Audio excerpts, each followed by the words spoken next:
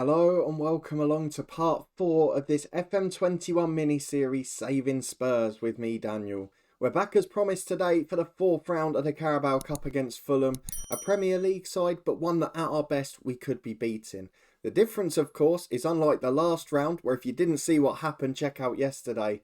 We won't be coming up against quite as weak a team, I don't think. So if you're looking forward to finding out how we get on, what's been happening in the Championship because we come into this game on the back of a defeat, then please do put a thumbs up on the video. Subscribe down below for daily FM21 content. Our Build a Nation series with Bangor City is back every weekday at 3:30 and tomorrow we've got a massive transfer special. So please do come and get involved. But at the moment, things are largely going pretty well. I've got to say we are struggling going forward a bit. And the reason for that primarily is the likes of Kane and Son, as well as playing 6-7 games a month for us, are then going on international duty. The same for Troy Parrott, the backup striker.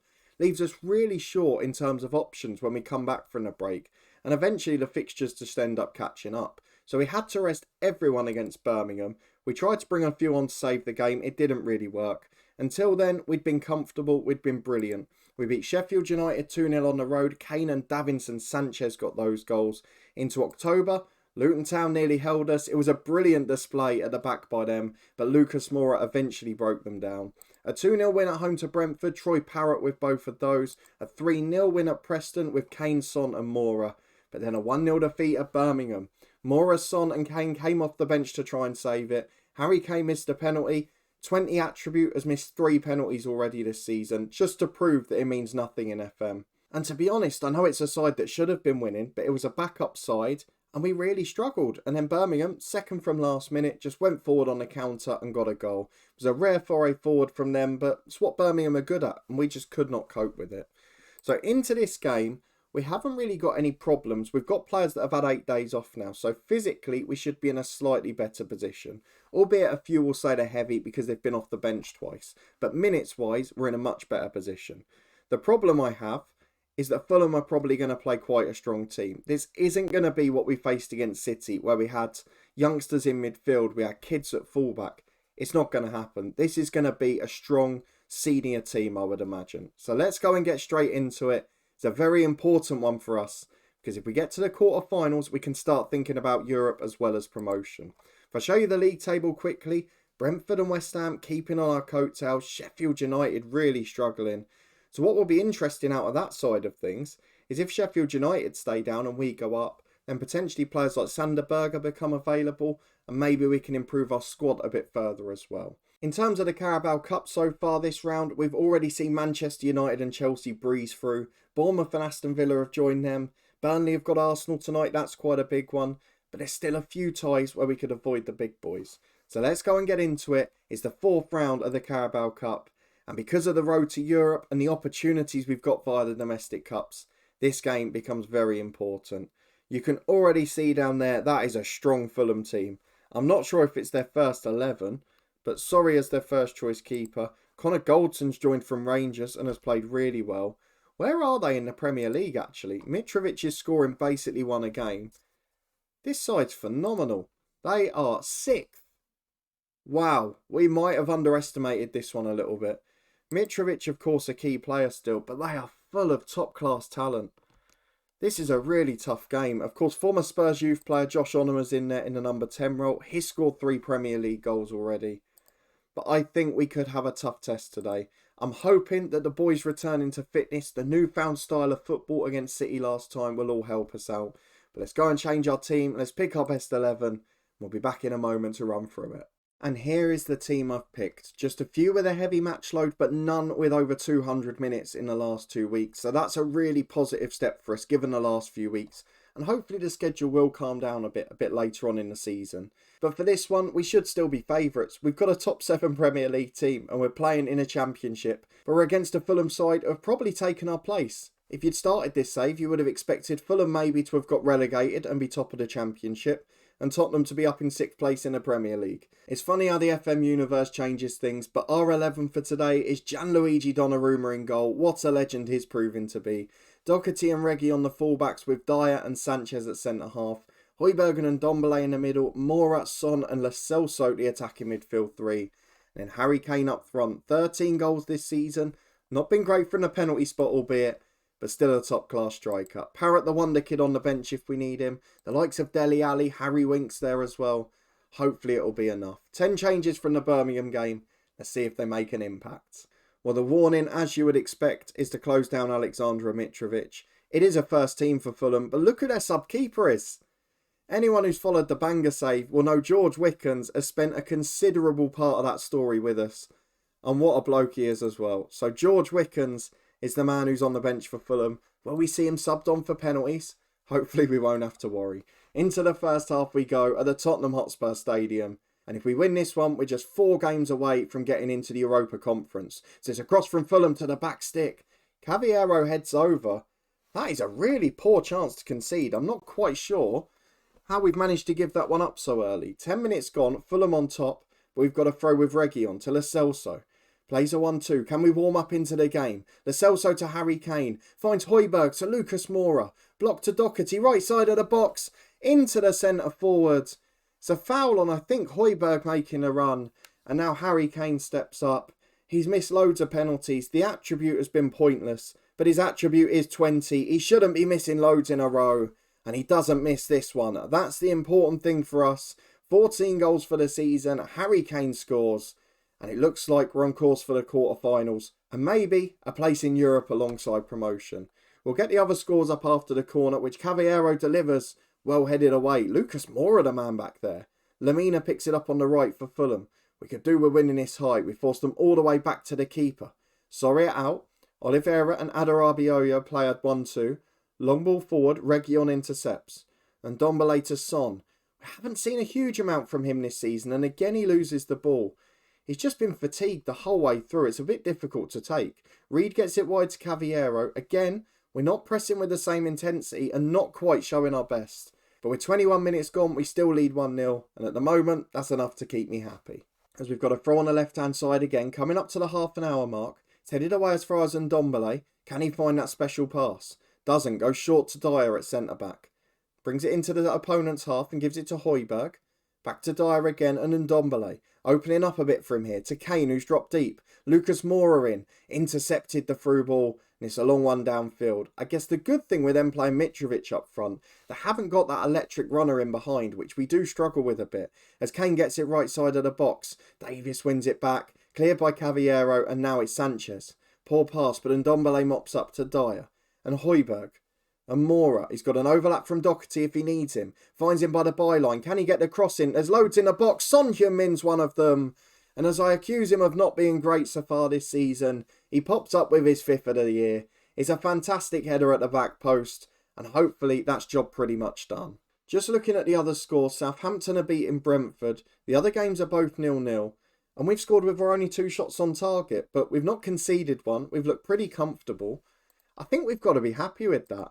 We are gearing our season towards cup games, which is a really weird feeling. Normally, if you were Spurs, you would expect to put the Carabao Cup on the back burner, have your reserves out. But we're actively having to rest players for it, because this is our life and death. After the year of finances we're going to have in the Championship, we need this club to be in Europe again. And if we can nick into the Europa Conference through the Cup, then great. We've got a side capable of doing it. As Sanchez chips forward to Lo Celso. 1-2 with Son. It was intercepted, but it still falls for the number 10. Gets it back from Kane to Lucas Moura. Man over on the left is Reguilon. Plays a 1-2. It's out to Doherty. Goes for the strike. Tipped over by Soria. Really good move from Tottenham. The confidence is starting to flow. The free football is definitely flowing. And now we've got a corner with Son to the back stick. Kane loses out and Reed heads clear. Cavallero can counter, and he has got that pace. We've seen Reguilon with poor challenges before, but he does really well that time, mops up nicely, and hoofs the ball away into the stand. Arsenal are losing at Burnley. Dwight McNeil, the hero there, that they have just equalised with Milik now. And for us, let's go and make some substitutions, because at the moment, I think we're pretty comfortable. I know Fulham have started to level up the shot count, but we're playing pretty well. We're 2-0 up. I don't think we can complain. I'm going to take off Lucas Moura for Sessegnon. He will go over to the left-hand side as a winger. We'll just play a little bit classic wingers. Old school formation there. In number 10 role, we're going to replace Lo Celso with Troy Parrott, who will come on as a centre forward. Kane will drop into the number 10. And then in midfield, we'll take off Ndombele, and he'll be replaced by Harry Winks. The UK and Irish base getting a run out. and homegrown players as well, as Reguilón's got a throw on the left to Harry Winks. Back to Sanchez at centre-half. A third goal would really put some gloss on it now, send out a statement, as all the other games are very close. As Dyer gives it to Doherty, to Højbjerg, to Son, through to Parrott just over here. Lovely idea though from Son Heung-min. Couldn't quite get the execution though. It's a long kick away from Fulham. Reguilón does well in the air. Sessegnon runs away from the ball. Got to go and attack those ones. Winks plays in Sanchez though, and we rebuild from the back. Reguilón on the left into Højbjerg. Short to Kane, who had dropped deep. I thought it was going to be Harry Winks. Wide to Sessegnon. Kane still bursting to get into the box. Falls for Troy Parrott instead.